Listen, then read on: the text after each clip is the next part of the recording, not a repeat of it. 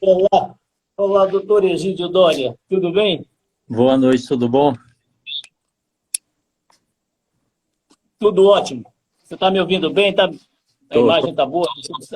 ouvindo, tô tranquilo. Opa, que bom então. Tá bom. Ok, são 20 horas e 30 minutos aqui em São Paulo. Então, vamos começar a bater o nosso papo, que tá prometendo hoje, doutor. Em primeiro lugar, gostaria de lhe agradecer pela atenção. Muito obrigado em abrir a sua agenda para vir participar aqui conosco nesse bate-papo do canal 60 Novo 40. Muito obrigado, viu? Obrigado eu, prazer é meu. É um Tá bom. prazer. O canal... Pois não. Então, seja muito bem-vindo, viu? O canal 60 Novo 40 é um canal de comunicação para o público adulto. Ele é focado nos 50 mais, 50, 60 mais, por aí vai. E que tem uma linguagem muito versátil, ele acaba puxando gente lá dos 35, o que a gente acha muito bacana, 30, 35, 40, 60, eu tenho 62.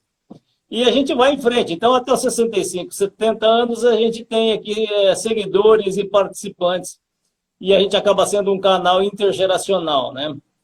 E a nossa bandeira é essa mesmo, é desconstruir alguns preconceitos, de etarismo, de ageísmo, enfim. A gente entende que o idoso não é exatamente como se prega, enfim, tem muita gente, tem muita coisa para se fazer na vida, muito trabalho a ser feito, muito estudo a ser estudado, muita vida ainda a ser vivida, né? E a gente quer mesmo desconstruir alguns paradigmas e alguns preconceitos que pairam sobre esse segmento etário. Essa é a nossa bandeira aqui, né? Essa é é o nosso mote, né? O nosso manifesto mesmo, né? Muito bem. Eu vou fazer uma breve apresentação do Dr. Egídio Doria, e aí depois eu passo a palavra para o Dr. Egídio para ele fazer a sua entrada. Dr. Egídio Lima Doria é graduado em Medicina pela Escola Baiana de Medicina e Saúde Pública. Residência e doutorado em Nefrologia pela Universidade de São Paulo. É professor de Medicina da Universidade de São Caetano do Sul. Diretor da Aging 2.0 Chapter Brasil. Coordenador da Universidade Aberta, a terceira idade da USP. USP 60+, coordenador do programa USP Rumo ao Envelhecimento Ativo, membro da Comissão de Direitos Humanos da USP, conselheiro do International Longevity Center Brasil. Ok. Doutor, você está me ouvindo?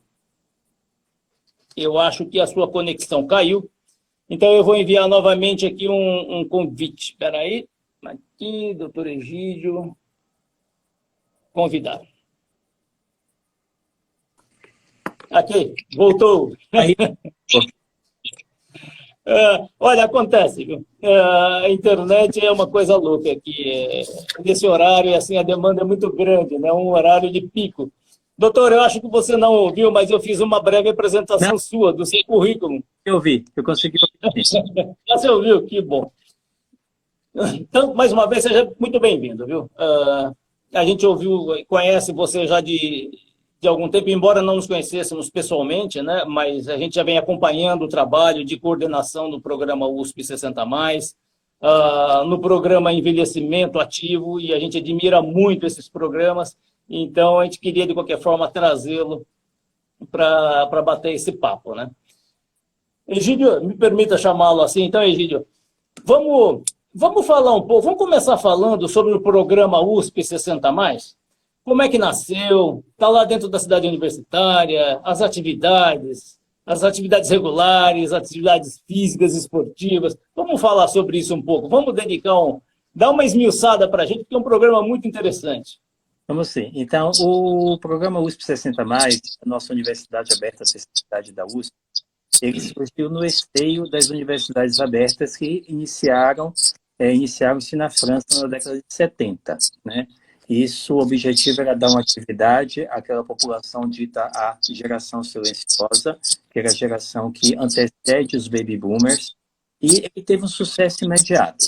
Já no primeiro ano da existência, o número de alunos que procuravam a universidade em Toulouse, que foi a cidade original, mais do que triplicou.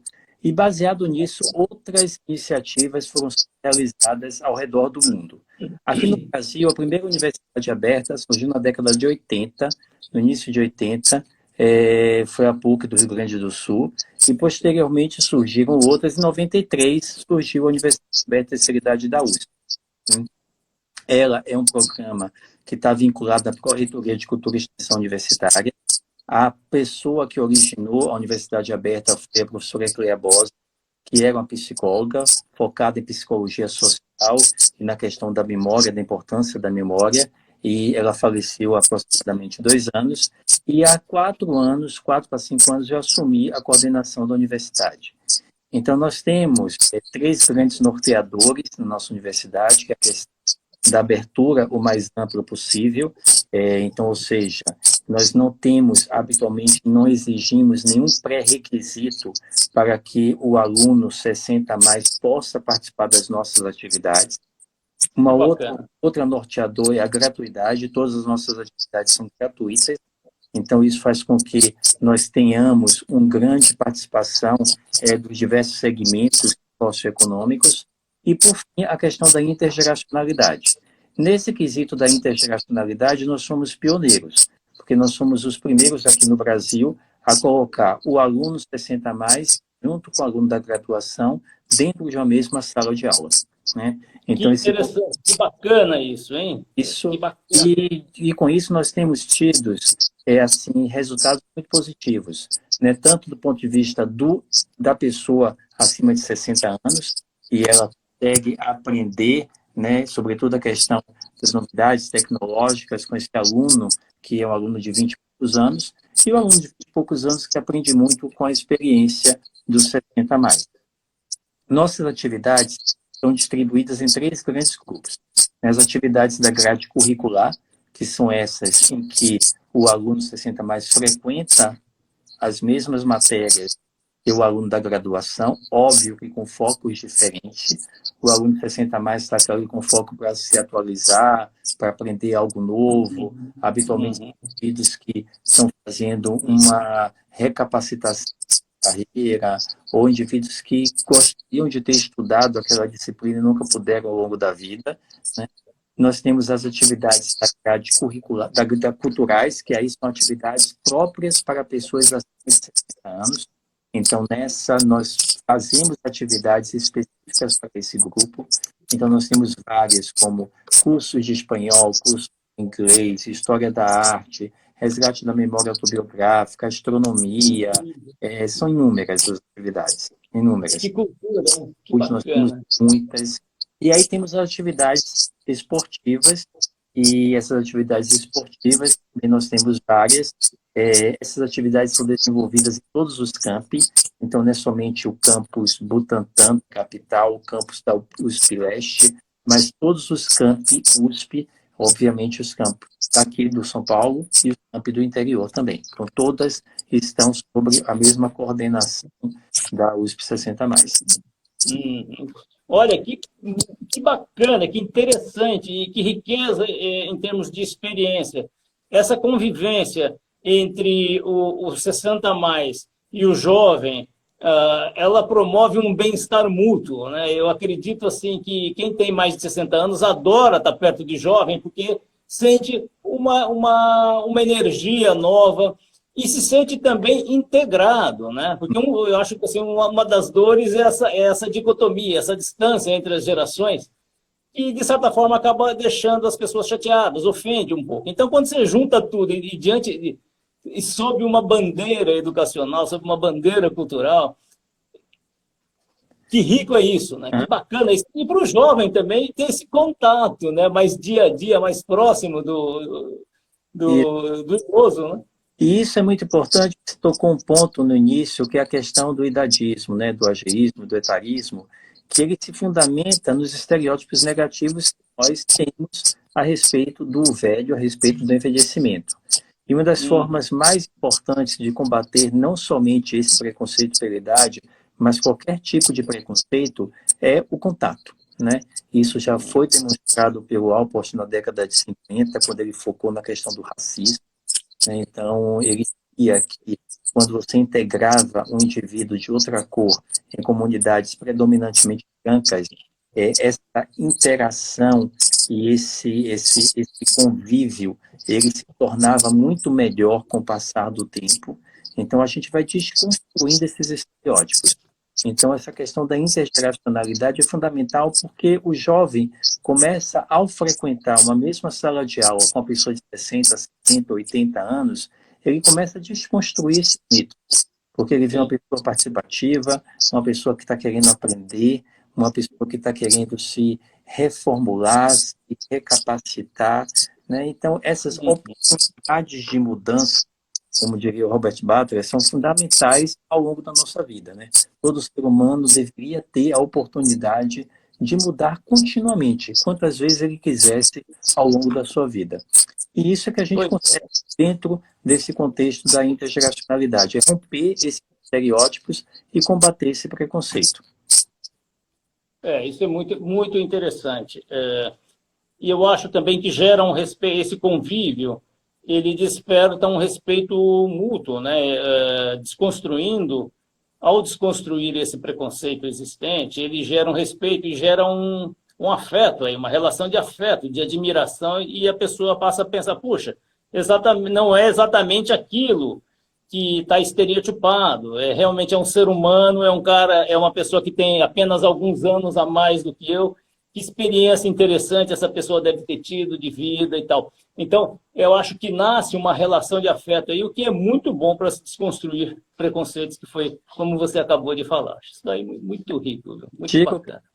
Né? A idade não é o nosso maior definidor. Nós somos muito mais do que o número, né? Sem sombra de dúvida. Isso gera, obviamente, e é como a sociedade deveria ser, essa diversidade falta à nossa sociedade. Nós tivemos, obviamente, com esse contexto da pandemia, um impacto muito grande, porque nossas atividades eram eminentemente presenciais, sempre presenciais. E tivemos que formular desde o início de 2020. Né? Nós começamos 2020, nós temos imediatamente as atividades, né? Não existe vacina na época, as medidas eram ainda ação de distanciamento. Nós tínhamos um grupo etário, que era um grupo considerado inicialmente o mais vulnerável, então teve essa questão também do início da pandemia, esse preconceito ter sido exacerbado, porque homogeneizou-se a população, não se individualizou, mas de qualquer forma, por medidas de proteção, foram suspensas, as atividades também da graduação foram suspensas, e nós tivemos que migrar para uma atividade eminentemente à distância. Né? E nós temos também respostas muito positivas, que nós conseguimos ampliar, no ponto de vista de abrangência territorial, os nossos alunos, porque antigamente, com o presencial, era somente pessoas que estavam, ou aqui em São Paulo, obviamente, né? E aquelas que habitavam muito próximo dos campi, né? E com a questão do digital, nós conseguimos ter alunos de outros estados do Brasil frequentando as nossas atividades. E também fomos atrás de outras formas de tentar manter o engajamento, né, e não deixar o nosso aluno isolado. Né? Nós lançamos nosso guia cultural. Então, o guia cultural é um guia que ele é divulgado, ele é lançado mensalmente. Os focos iniciais foram teatro, literatura e cinema. Posteriormente, nós incluímos música, né, e agora jogos. Então, tudo que você possa ter do ponto de vista de museus nacionais e internacionais, viagens virtuais, existe a dica. Literatura, então existe uma breve sinopse do livro, a importância do livro, e a gente sempre tenta, desde que exista essa possibilidade, uma temática, né? Então, quando foi da questão do negro, a gente focou todo na questão do negro. Quando foi a questão da mulher, focamos tudo na questão da mulher. Então, nós tentamos sempre pautar por uma temática, né? Tanto que agora, em setembro, dia 21 de setembro, já vou fazer aqui um spoiler, a gente vai falar no Café USP. A gente está lançando esse tempo, o Café USP 60 Mais. E o primeiro convidado é um escritor jovem, né, que fez um livro pautado nessa questão da velhice, questão do preconceito, e que ele foi convidado para ser o nosso primeiro participante do Café USP 60 Mais. Então, desde então, estão todos convidados para o Café USP 60 Mais. Né? Que bacana! E essas parcerias foram também fortalecidas, fizemos várias atividades ao nível cultural, lançamos lá vídeos sobre em casa de uma forma mais protegida, então vídeos sobre espiritualidade, quedas, dieta, atividade física, sexualidade. Lançamos o Ópera na Sua Casa, em que era feito esse filme direto do Metropolitan Opera House. Então, foi uma série de atividades que temos na tentativa de deixar o nosso aluno, o nosso participante, sempre envolvido e assim, não se sentir isolado, desprotegido. Né? Olha, Egídio, eu sou fãzaço desse programa, viu? Que alto nível, hein? Que alto nível de programas, de cursos, de altíssimo nível. Que bacana isso daí, que enriquecedor é que é. Eu acho também, queria comentar aqui o seguinte, a pandemia, ela foi inicialmente um impacto muito grande, deu um chacoalhão na humanidade como um todo, mas vou trazer aqui para o nosso Brasil, para a nossa região, e a gente, como todos, ficamos assim assustados com o que poderia vir. Eu, como tinha 61 anos na época da pandemia, eu fui assim, logo, uma semana depois eu fui colocado em casa, para trabalhar em casa, home office e tal, e mais para frente depois fui desligado, enfim. Mas a pandemia impactou diretamente nisso para mim, né? E assim como para mim, para diversas outras pessoas. Mas, em contrapartida, ela abriu assim um universo imenso para muitas pessoas, né? Eu acho que, por exemplo, a questão de uso da tecnologia, as pessoas passaram a usar a tecnologia de uma maneira intensiva, né? Essa questão, por exemplo, de se fazer lives, e a questão de ampliar o raio de conhecimento, isso daí é uma coisa que, particularmente, eu atribuo a questão da pandemia, que nos forçou a isso. Eu acho que com o uso da tecnologia, e tomando, por exemplo, isso que você mencionou, nos cursos que vocês tinham, até então eles tinham um raio de abrangência regional.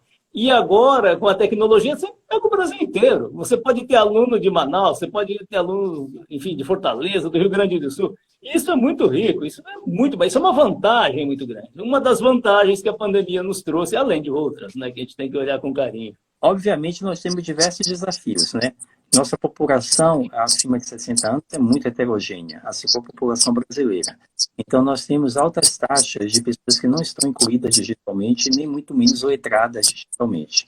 E isso, obviamente, num contexto em que você não pode ter o presencial, as pessoas necessitam do recurso tecnológico e necessitam estar letradas nesse recurso tecnológico, isso cria um gap muito grande. Sim. Obviamente, como você falou, nós tivemos uma evolução tecnológica nesses últimos pela questão da pandemia, tomando, por exemplo, a questão da telesaúde e também do aprendizado à distância, né, do EAD. Só que nós temos que dar oportunidades a essas pessoas que não tiveram essas oportunidades de estarem inseridas nesse mundo. Porque nós vimos que, a partir desse momento, a pessoa que não está inserida digitalmente, ela está excluída da sociedade. Sim. Então, podemos deixar que isso aconteça. Né? Uma coisa que começou a minorar um pouco isso, a minimizar um pouco isso, é que algumas plataformas digitais são muito fáceis de ser utilizadas, né? Como é a questão do WhatsApp. Então, o WhatsApp é uma plataforma que é muito fácil e que nós começamos a utilizar um pouco mais ela para ter essa abrangência maior, esse acolhimento maior a toda a sua população idosa. Mas, mesmo assim, é um desafio muito grande. Então, muitos idosos ficaram mais afastados, né? Não somente idosos, mas muitas pessoas ficaram mais afastadas ainda.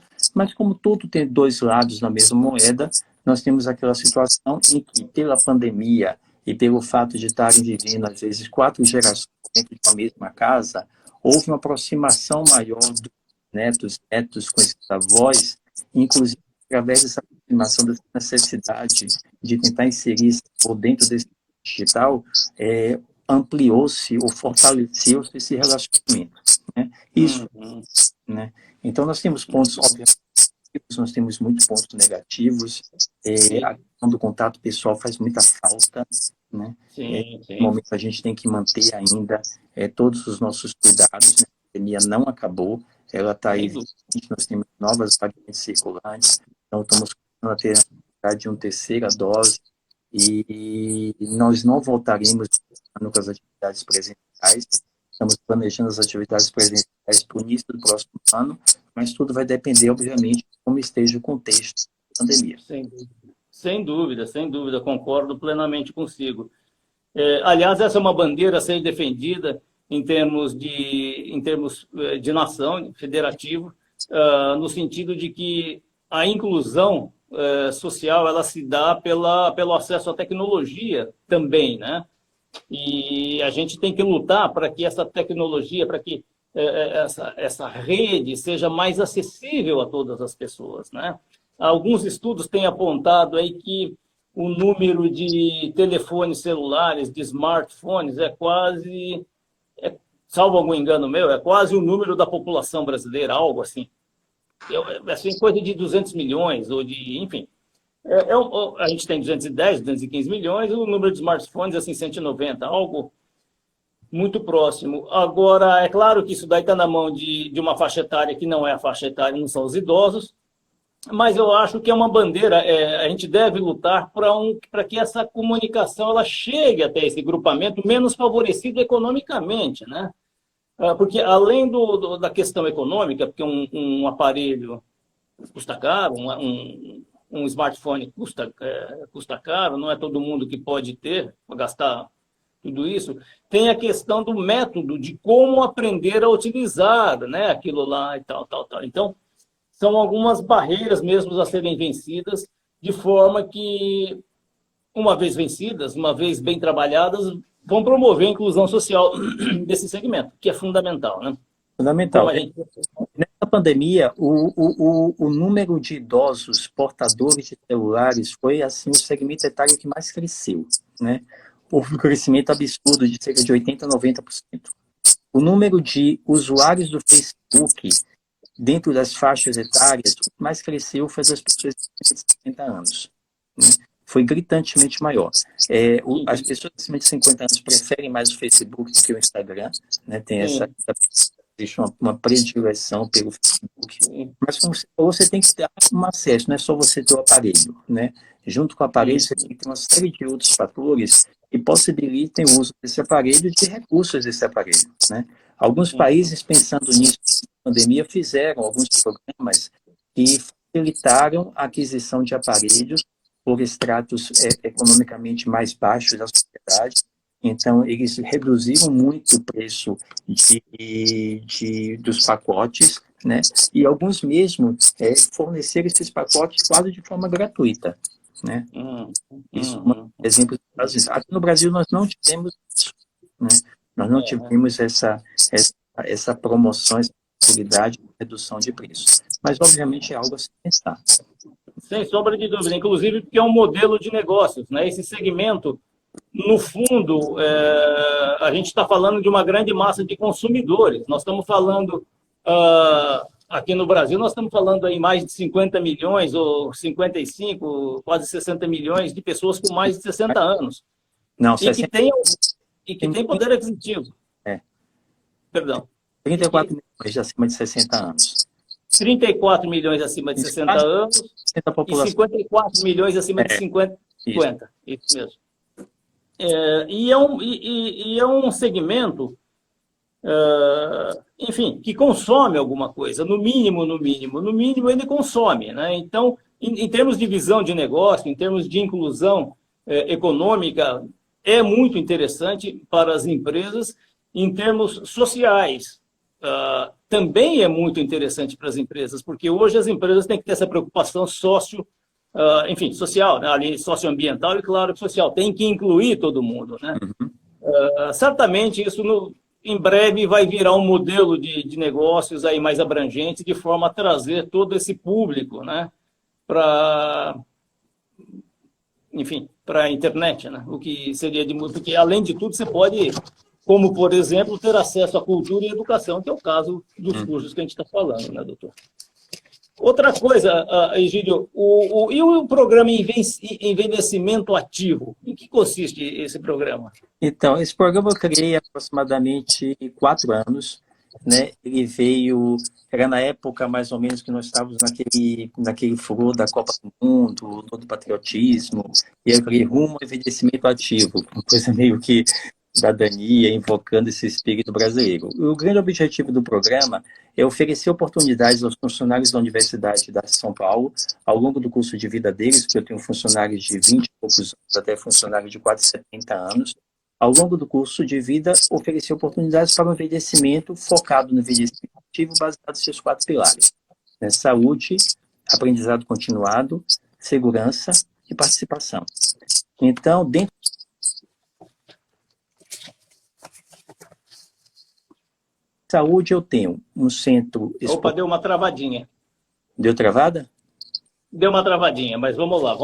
Dentro, cortou ali onde você estava falando, dentro... E nós temos condições de oferecer todas as oportunidades dentro desses 4 pilares. Então, do ponto de vista de saúde, eu tenho um centro de atividades esportivas, eu tenho uma raia, né, dentro do campus Butantã. Eu tenho um hospital universitário, eu tenho uma faculdade de nutrição, eu tenho uma faculdade de odontologia, então eu posso focar na determinação do rastreamento dos fatores de risco, eu posso determinar um diagnóstico precoce e um seguimento adequado de doenças crônicas transmissíveis, que são responsáveis atualmente por 80% das mortalidades da morte em pessoas idosas. Eu tenho como focar na prática de atividade física, porque eu tenho eu tenho como focar numa dieta adequada e no controle da taxa de sobrepeso e obesidade. Eu tenho um instituto que a gente chama de ACOG, USP, de psicologia, que posso focar na questão de saúde mental. Do ponto de vista de segurança, a gente foca muito na questão da segurança financeira. Então, eu tenho dentro da escola de economia e administração da FEA um programa que é um programa de aconselhamento para aposentadoria, não somente aposentadoria, mas um aconselhamento se você quer fazer um investimento, se você quer fazer uma compra de uma casa, de um carro, um fluxo de caixa diário, né? Eu tenho dentro da questão do aprendizado continuado vários cursos que são oferecidos nas diversas unidades da USP e que muitas vezes passa de forma despercebida, porque as unidades muitas vezes conversam entre si, né?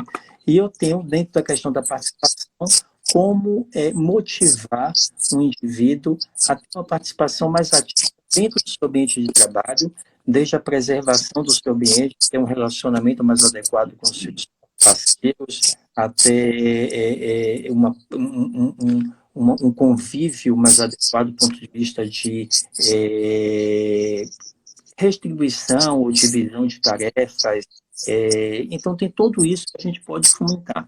Então, como é o programa baseia-se em quê? Então, a unidade faz uma matrícula, uma adesão. Então, a gente só aceita a unidade, não adesões individuais. Então, a unidade do indivíduo adere ao programa. A partir daquele momento, a gente faz uma apresentação do programa aos coordenadores da unidade, depois aos funcionários da unidade.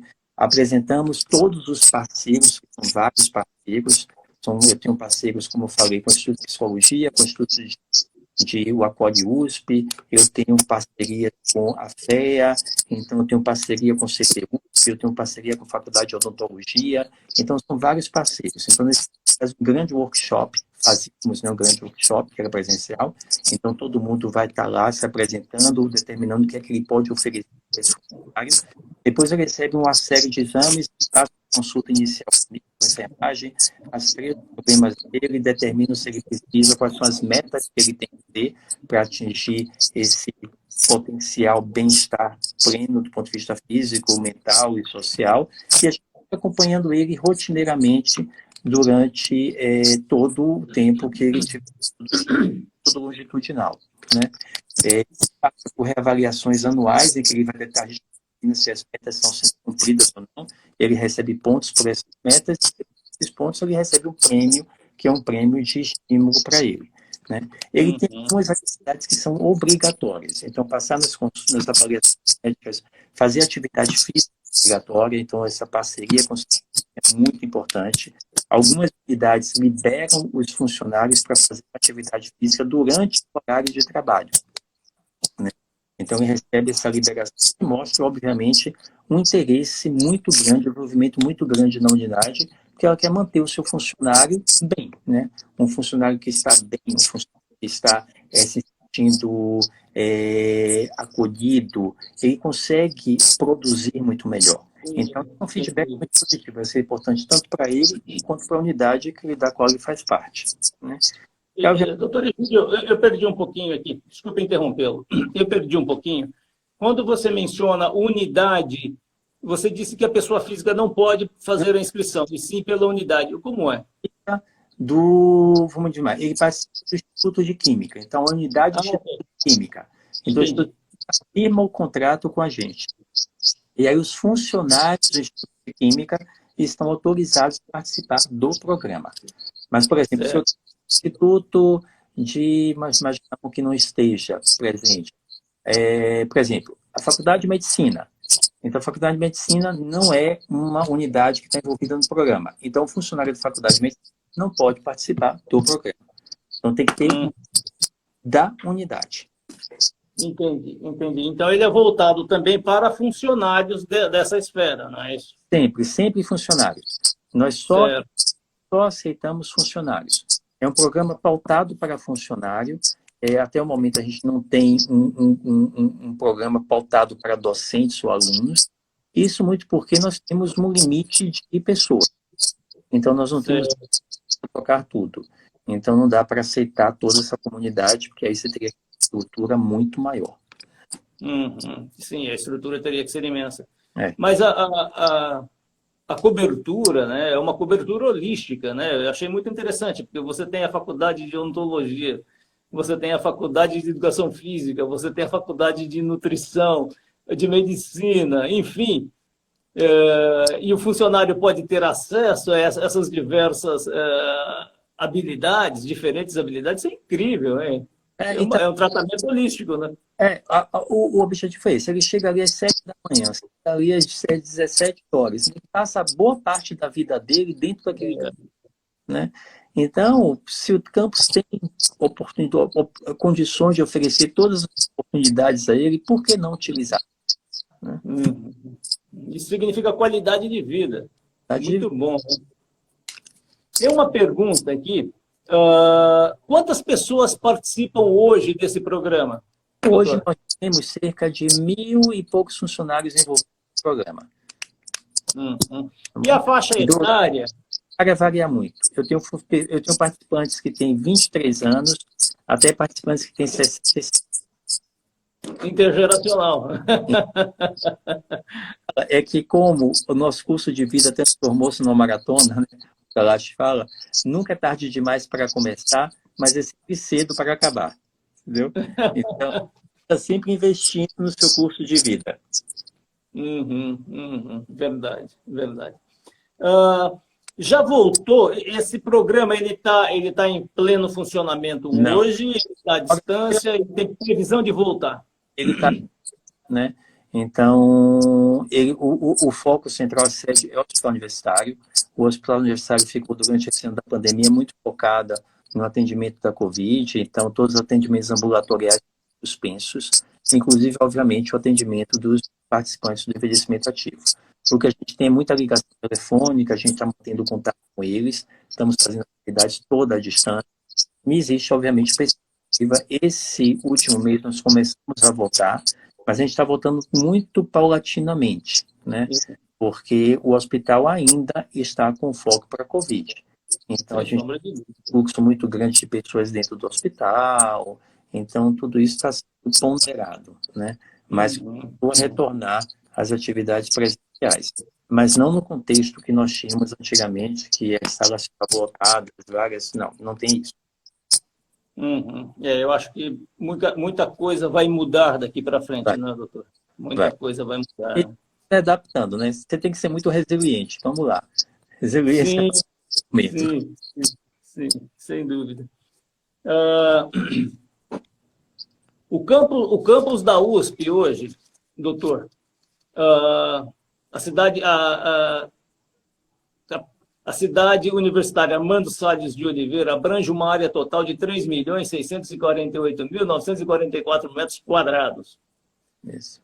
Área construída, 857 mil metros quadrados. Uma área verde de 924 mil metros quadrados e mais de 10 hectares de reservas ecológicas. São mais de 10 campos de futebol de reservas ecológicas. Que incrível! Apresenta uma população de alunos de graduação e pós-graduação, 3.873 docentes, 9.200 aproximadamente, né? 9.158 funcionários, 33 unidades de ensino, 11 condôminos, 39 restaurantes e lanchonetes, 4 museus e um hospital, como o senhor acabou de dizer, né? Muito bacana. Eu sou frequentador da USP, eu morei em Pinheiros toda a minha juventude, frequentei muito a cidade universitária na minha idade de adolescente, de criança e tal, e adorava a USP, um lugar incrível, sempre foi fantástico lá, né? E é bom saber que aliás, e depois agora numa fase mais madura, eu frequentei também o Instituto de Estudos Avançados, porque a minha área de trabalho é sustentabilidade e mercado de carbono. Então, visitei muito ali o pessoal, fizemos muita reunião para trabalhar de mudanças do clima, enfim, aquecimento global, créditos de carbono. Então, só para ilustrar mais um pouco, eu continuo adorando a cidade universitária, né? Um local assim fantástico. Doutor, dando continuidade a esse papo super bacana que a gente está tendo aqui, eu estou vendo que tem gente que está entrando aqui, eu preciso fazer uma reintrodução. Eu estou vendo aqui que entrou a Juliana, que entrou o Zanedef, deve ser uma abreviatura, e outras pessoas também entraram. Então, hoje nós estamos tendo aqui, a gente está fazendo uma live com o doutor Egídio Doria. O doutor Egídio Doria, ele é professor de medicina, e ele é coordenador de alguns programas bastante interessantes na USP. USP 60+, e o envelhecimento ativo. Então, o nosso papo está rodando em torno disso. Pessoal que está chegando agora. Egídio, tocando em frente, eu queria puxar a conversa para um tema super bacana também, que é a questão do caçador-coletor, né? Desse conceito do homem caçador-coletor. Eu conheço ele há algum tempo, já estudo um pouquinho dele, e só para dar uma contextualizada para o pessoal que está entrando agora, sobre essa questão do caçador-coletor, é assim, há 15 mil anos atrás, 15, 20 mil anos atrás, todos nós éramos caçadores-coletores, né? A gente caçava o que dava, o que aparecia pela frente, pequenas presas, pequenos animais, porque a gente não tinha assim, armas suficientemente potentes para grandes animais. Então, a gente vivia de pequenas caças, vivíamos assim de grãos, da cata de grãos, de frutos, de raízes. E quando essa oferta de alimento acabava, este clã, que no máximo era de 30 pessoas, esse clã se deslocava para uma outra região. Opa, deu uma travadinha aqui com o doutor. Você está me ouvindo, Egídio? Deu uma travadinha. Opa, voltou. Estou ouvindo. Tá legal. Então, esse clã se deslocava para uma outra região à procura de uma nova oferta de alimentos. Então, eles eram nômades. Nós éramos caçadores-coletores e éramos nômades também. E o nosso corpo, a nossa compleição física, pelo que eu li, pelo que eu estudei, ela se adaptou a esse perfil, né? De que a gente comia pouca carne, comia muitos grãos, muita verdura, muitos frutos, e que a gente andava muito, e que a gente tinha que se deslocar muito. Isso há 15 mil anos atrás. O tempo passou e a coisa mudou, né? Porque depois da Revolução Industrial, tudo mudou, né? E agora, então, nos últimos 50, nos últimos 70 anos, depois da Segunda Grande Guerra, mudou mais ainda, né? Então, a gente tem geladeira, tem carro, tem avião, tem toda a tecnologia. Então, a oferta de alimento está ali, olha, eu vou ali, abro a geladeira, eu tenho carne, queijo, enfim, tenho pão. Eu me alimento, senão eu vou até o mercado da esquina e faço a mesma coisa. E também não tenho mais que correr de feras, né? As feras agora são outras, que a gente tem que tomar cuidado. Tem que tomar cuidado com elas. Mas, enfim, a gente tem uma vida mais sedentária agora, né, doutor? E isso impacta substancialmente na saúde do homem contemporâneo, né, do indivíduo do contemporâneo. Vamos puxar um pouquinho a conversa para esse lado? Vamos lá. Então, hoje em dia, nós temos dois grandes problemas de saúde pública mundial, né? É a taxa de sobrepeso e obesidade, né? E a taxa de sedentarismo. As duas estão muito relacionadas. Como você falou, nós éramos acostumados e fomos feitos para andar muito. Nós éramos nômades, né? Até que estabeleceu-se a questão da agricultura, delimitou seus territórios, as pessoas deixaram de andar, né? Então, deixaram de conviver em grupos também. Então, muito da coisa da intergeracionalidade rompeu-se nesse momento, que as pessoas começaram a viver com seus grupinhos isolados, né? Então, tem alguns estudos que mostram que, enquanto éramos nômades, nós éramos muito menos preconceituosos do que nós somos atualmente. Nós vivemos muito em grupos do que vivemos atualmente. Tocando na questão do sedentarismo e da obesidade, como eu falei, esse é um binômio que está intrinsecamente correlacionado. Então, nós temos hoje em dia a taxa de sedentarismo que atinge mais ou menos 50% a 60% da população mundial. E essa taxa de sedentarismo está presente em todos os territórios, em todos os continentes, independe de raça, independe de gênero, e aumenta à medida que a gente envelhece, né? E é justamente quando nós precisamos mais de massa muscular, porque a partir dos 30 anos nós começamos a ter o evento da sarcopenia, que é essa perda dessa massa muscular, né? Então, se nós queremos ter nossa vida ativa, nós temos que ter massa muscular. E as pessoas têm uma ideia ainda errônea de que o fato de você praticar um exercício físico regular te diz que você não é sedentário. Não, são duas coisas completamente diferentes, né? Uma coisa é você praticar exercício físico regular. Outra coisa é você ter uma vida sedentária. Então, eu posso praticar exercício físico regular, o preconizado são 5 vezes por semana, 30 minutos, né? Ou 75 minutos de atividade física intensa por semana, como eu falei, 150 minutos de atividade moderada. Mas se você passa muito tempo sentado na frente de um computador, na frente de uma televisão, isso também impacta negativamente na sua vida, na sua saúde, porque você está tendo uma vida, um hábito de vida sedentário.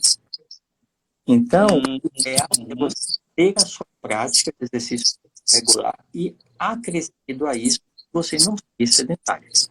Então, uma regrinha que falam é que cada 30 minutos você deveria levantar 1 minuto e depois sentar, né? Ou seja, passar o menos possível. Então, hoje em dia, com essa questão de IAD, todo mundo passa muito tempo sentado, mais sentado do que já passava antes. Então, agora eles estão colocando as mesas mais altas em pé para poder fazer o seu IAD em pé, ou manipular o seu computador em pé. Né? Mas antigamente a gente falava, né? Sobre o lance de escada, evita usar o computador, evita usar o elevador, evita usar o controle remoto, tem que levantar para ir mudar o canal da televisão. Se você vai pegar um transporte público, solte a estação de um ponto antes para você andar um pouco. Então, essa questão de ser ativo é muito importante, porque o corpo, apesar de ter 15 mil anos atrás, ele foi, durante essa evolução, adaptado não para ser sedentário, mas para ser nômade, né? Então, temos que continuar a nos movimentar o tempo inteiro. Não dá para parar, né? A partir do momento que você para, a partir do momento que você deixa de praticar exercício físico, você, aumenta muito o seu risco de se tornar dependente no futuro, né? De perder a sua capacidade funcional. Né? Você precisa de força, de músculo, para manter esse patamar ativo. Né? Então, isso é sobretudo nessa. E, obviamente, quando você é um indivíduo sedentário, você acaba, obviamente, acumulando caloria, você acaba ganhando peso. Né? E obesidade hoje em dia é um grande fator de risco associado. Aumenta as taxas de hipertensão, aumenta a taxa de diabetes, aumenta a taxa de colesterol alto, triglicérides alto, que são os grandes fatores de risco para a doença cardiovascular, que é a principal causa de morte na população mundial. Fora que a obesidade está associada a quase 17 tipos de câncer de neoplasma, e é uma grande causa também de morte. Então a gente fica nessa necessidade de que para você envelhecer bem, você tem que investir nesse envelhecimento. E você tem que ter, obviamente, oportunidades para que você consiga colocar essas suas escolhas em prática, né? Então não adianta nada eu falar para uma pessoa que mora a e em regiões em que você tem uma desigualdade de 25 anos em São Paulo, que a expectativa de vida média é de 55 anos, enquanto que a expectativa média do brasileiro hoje é de 77 anos, né? Você tem a expectativa média de vida aqui em São Paulo de 55 anos, por causa da violência. Então, eu vou te falar, Pará, você vai andar, mas andar aonde? Andar que hora? Né? Ou é andar ou é morrer, né? Então, prefere ser sedentário, né? Então, você tem que para pessoas, né? A mesma coisa, você vai se alimentar de uma forma adequada. Mas como? Se eu comprar uma coisa na feira, é muito mais caro do que eu comprar, por exemplo, um hambúrguer, ou comprar um biscoito recheado e que mata a minha fome e faz que essa fome eu não por muito mais tempo do que comer, por exemplo, uma fruta ou uma verdura, né? Então, você tem que ter opções para essas pessoas, né? A forma como a gente envelhece, a maioria das vezes, ela é determinada por determinantes socioeconômicos. Não é questão de escolha. Eu não desejei envelhecer, né? A maioria das vezes é que eu não tive oportunidades para envelhecer bem. Então, isso que a gente vê hoje, nesse contexto que você falou bem do coletor, caçador, é que antigamente a qualidade de vida, independentemente de não ter recursos tecnológicos, independentemente de você morrer muito mais cedo, mas essa questão, né, de você ter hábitos mais adequados em relação à atividade física, em relação à dieta, é muito maior, né? Então, nós precisamos aprender lições com eu vejo também, doutor, o seguinte, na questão do cenário do caçador-coletor, a coisa era mais homogênea, né, do que hoje. Era uma classe só, era um clã, claro que provavelmente existia alguma hierarquia, mas era muito mais homogêneo do que hoje. Você colocou muito bem essa questão de, olha, eu até gostaria de me alimentar bem, mas infelizmente eu não tenho recursos para que isso aconteça. Ok, é sabido que na maior parte, em boa parte, ou talvez na maior parte da população mundial, existe um problema seríssimo de alimentação e de estratificação econômica e social, né? Eu estou dizendo isso porque realmente a maioria das pessoas não consegue se alimentar com aquilo que realmente gostaria que fosse, que se tivesse. Mas também vejo o seguinte, isso é uma questão de política pública também, a questão da alimentação, a questão da educação, em trabalhar com hortas coletivas em espaços urbanos, a prefeitura mesmo, ou o Estado tem enfim, espaços urbanos ou espaços, enfim, fora da grande urbes que estão parados. Isso poderia ser fomentado em termos de geração de hortas coletivas. Existem alguns programas, mas não é algo assim tão institucionalizado e difundido o suficientemente necessário para que pudesse fornecer alimentos de qualidade a toda essa população, né? Inclusive, pessoas poderiam trabalhar nesse contexto, né? O que geraria maiores benefícios ainda, né? A questão do esporte, da atividade, não vou nem falar do esporte, mas a questão da atividade física, como você bem colocou também, doutor, o que acontece? As nossas grandes cidades não são cidades para pedestres, não é? São cidades feitas para automóveis. Então, como andar a pé em São Paulo, além da questão da segurança, a questão da acessibilidade, do deslocamento, isso é muito complicado. As calçadas são ruins, são inadequadas, né? As ruas até que são boas, né? Quer dizer, vamos dizer, tirando todos os buracos e tal. Então, eu só quero assim dizer que é uma cidade muito mais orientada ao automóvel do que ao pedestre.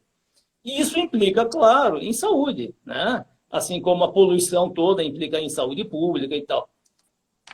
É uma questão cultural, é uma questão política e que isso tem que ser trabalhado junto com os governos, né? E com a sociedade. A sociedade, quanto mais ela se conscientiza, mais ela consegue exigir benefícios para si, né? E a gente tem que ter educação, né? A gente precisa trabalhar muito em cima dessas questões, né? Óbvio, existem iniciativas individuais boas, existem instituições que fazem trabalhos assim muito bonitos, mas como você falou, isso precisa ter uma política pública forte, isso precisa ter disseminado, e só será disseminado se tivermos uma política pública forte. O problema no Brasil é que as políticas públicas começam, e quando começam não tem uma continuidade. né? Uhum. E focado na questão do envelhecimento, isso é muito forte, né? As coisas começam, mas não tem continuidade. Então, você tem atividades que se definem, é uma cidade amiga de todas as idades, a cidade amiga do idoso, cidade amigo do idoso, mas efetivamente, o que está sendo feito, né? E Uhum. muitas vezes começam e não acabam, né? Então, Exatamente. Qual é o planejamento para médio e longo prazo, né, nesse quesito? é. Então, para você ter isso impactar de forma positiva na população como um todo e reduzir um pouco essa desigualdade que nós vivemos, né? Nós somos o 14º país mais desigual do mundo, né? Acho que o primeiro da América Latina só perde para Caribe. Então, é triste, né? A 16ª economia sendo o 14º país mais desigual do mundo. Então, E o IDH também perde muito em IDH, né, é, doutor? então nós temos que isso só melhora com política pública, né? Uhum. A individual é muito legal, tem que continuar tendo, mas tem que forçar.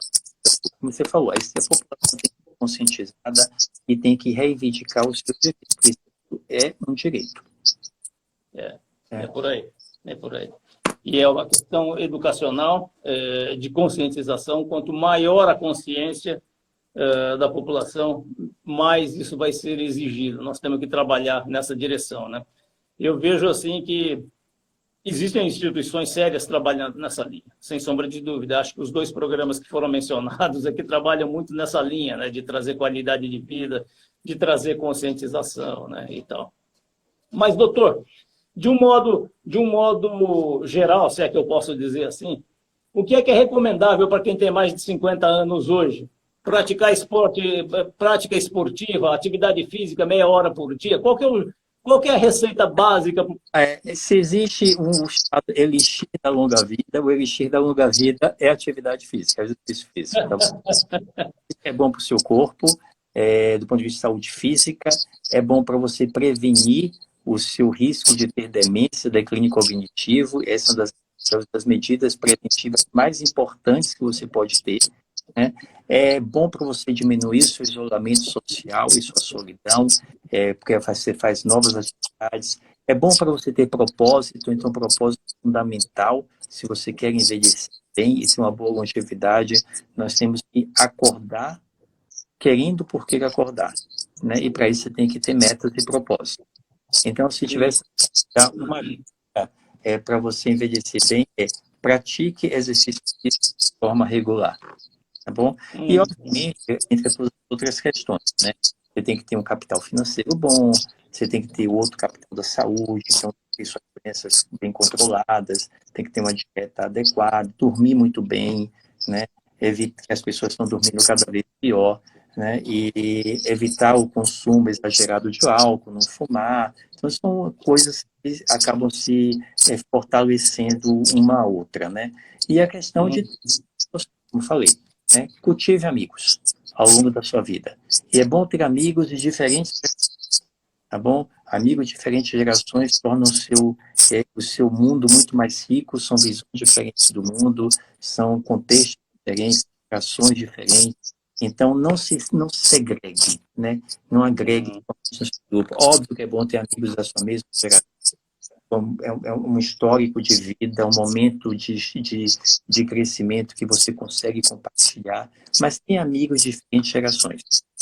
Tem uma pessoa que eu conheço de 92 anos, que ela fala assim, a minha grande vantagem é que eu sempre nutri amigos de diferentes faixas etárias, porque da minha faixa etária praticamente todos já morreram, e agora eu tenho vida e ela está aí, entendeu? Então, Que bacana. não de ter um capital social forte, né? E, por fim, como eu falei anteriormente, propósito. Propósito é fundamental na vida. Tem que ter propósitos. E a gente fala que nos propósitos é muito bom a questão da generatividade, né? Um propósito que afete a vida do outro. Um propósito que não seja somente para si, mas que faça algo que melhore e impacte a vida do outro. E aí, nessa questão, o trabalho voluntariado tem um papel, assim, muito forte, porque dizem que quem faz o trabalho de voluntariado, né, voluntário, ele não beneficia mais aquele que está recebendo o serviço, mas a ele mesmo, né? Então, ele se Sim, beneficia muito mais do que aquele para quem ele está oferecendo aquele trabalho. Então, isso é muito importante. O trabalho, manter-se ativo, manter-se positivo, entendeu? E aproveitar o dia a dia. Eu acho que a pandemia mostrou para a gente que a gente tem que aproveitar o nosso dia a dia, né? Não é questão de não pensar no futuro, mas é questão de aproveitar o que tem hoje. A única certeza que nós temos, né? É isso mesmo, é isso mesmo. Você mencionou sobre a questão de trabalho, e trabalho é um item extremamente importante para a vida de quem tem mais, aliás, a vida toda, e para quem tem mais de 50 anos. Infelizmente, as pessoas com mais de 50 anos são discriminadas e acabam ficando à margem do mercado corporativo no momento em que mais se precisa. Não só pela questão econômica, mas pela questão social, porque o trabalho ele fornece uma vida social muito agradável. Você encontra pessoas, você tem chefe, ou você tem subalterno, você desenvolve projetos novos, enfim, você tem um novo mundo ali, onde você tem valor, onde você encontra diversos pontos positivos e negativos, enfim, você encontra vida, né? Então, o trabalho ele proporciona vida.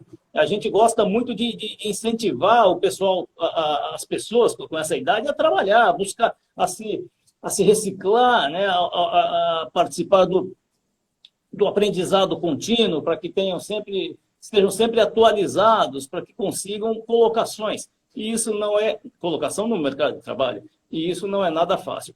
Então, num momento tão delicado... Apesar risco no mercado de trabalho ser um dos locais mais fortes onde existe preconceito, isso obrigatoriamente terá que mudar, porque só nós temos uma certeza: o mundo está envelhecendo. E não dá para você depender somente de pessoas jovens para tocar uma economia. Então nós temos que fazer com que as pessoas que estão envelheceram e que envelhecerão, elas envelheçam de uma forma cada vez mais produtiva, saudável, porque esse é o terceiro dividendo econômico que nós temos que aproveitar. Né? Se você tem uma população idosa, participativa, produtiva, todos se beneficiarão. Sem sombra de dúvida, sem sombra de dúvida. Existem alguns estudos aí bastante interessantes e tal, que mostram que esse segmento com mais de 50 anos, ele detém um capital, ele detém um poder aquisitivo muito alto, né? Quer dizer, genericamente muito alto, né? Quando a gente olha com lupa, que você vai ver exatamente na mão de quem está esse dinheiro, a gente vê que ele é extremamente localizado, né? Ele é centralizado e a maioria não tem tudo isso. Mas é um segmento que consome, que sabe o que quer consumir, que tem discernimento e tal, que requer uma super carente e que requer aí uma visão muito, muito intensiva em termos de saúde pública, em termos de atenção, né? Como foi bem colocado por você aqui, a população está envelhecendo e vai envelhecer cada vez mais. Um dos números que eu tenho aqui, que eu busquei no seu site, no seu programa USP, o USP 60+, é o seguinte: estima-se que entre 2000 e 2050, o número de pessoas acima de 60 anos triplicará, passando de 800 milhões atuais para 2 bilhões, ou seja, 22% da população mundial. Então, agora, mais do que nunca, é momento de se olhar para essa faixa e tratar com a devida atenção, né, doutor? Uhum. Muito bem. Me permita, desculpe interrompê-lo novamente, é que nós estamos no minuto 59, infelizmente, desse papo super agradável, e que seguramente a gente ia bater muito, ia conversar muito mais, né? Porque é um papo tão rico e tem tanta coisa para se falar, mas eu gostaria de que, antes que acabe, agradecer a você mais uma vez. Muito obrigado pela sua presença em abrir a sua agenda. Já fica o convite aberto para uma próxima live, assim que você puder, assim que você tiver espaço. E quero agradecer também às pessoas que vieram assistir aqui conosco, que participaram essa noite com perguntas, que ouviram aqui essa conversa incrível, esse conhecimento seu que é incrível, esses programas ótimos que você tem lá na USP, dá até vontade de participar. Então, muito obrigado a você e muito obrigado a todos. A você, eu vi que tem vários alunos aí meus, ex-alunos, amigos, amigas. Eu gostaria de agradecer a participação de todos. E muito obrigado pelo convite. Nossa, foi um prazer imenso, Egídio, Dória. Muito prazer em conhecê-lo e muito obrigado pela sua presença. Um forte abraço e uma boa continuidade de semana. Boa noite. Boa noite a todos. Obrigado, Lécio. Obrigado a você. Tchau, tchau.